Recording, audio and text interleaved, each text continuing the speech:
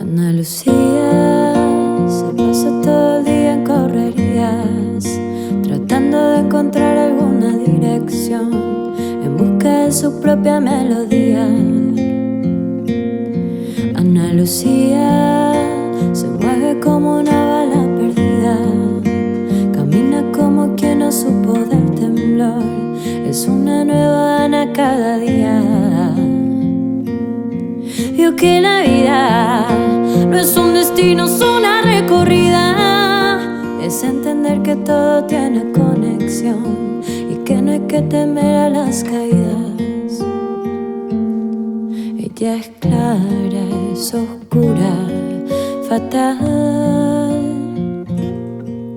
Quiero verla hoy, quiero verla hoy.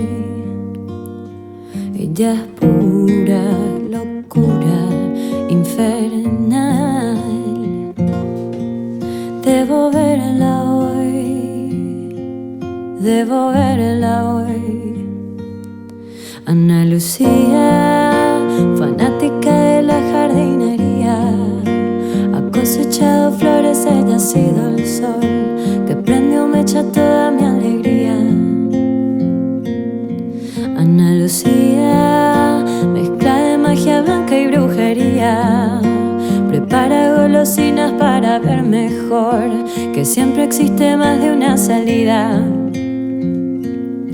Y ojalá siga rompiendo más barreras cada día, incomodando a todos a su alrededor, por lo mucho que brilla su energía. Ella es clara, es oscura, fatal. Quiero verla hoy, quiero verla hoy. Ella es pura locura infernal. Debo verla hoy, debo verla hoy.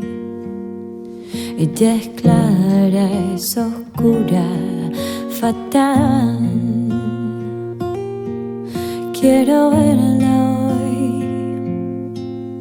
quiero verla hoy.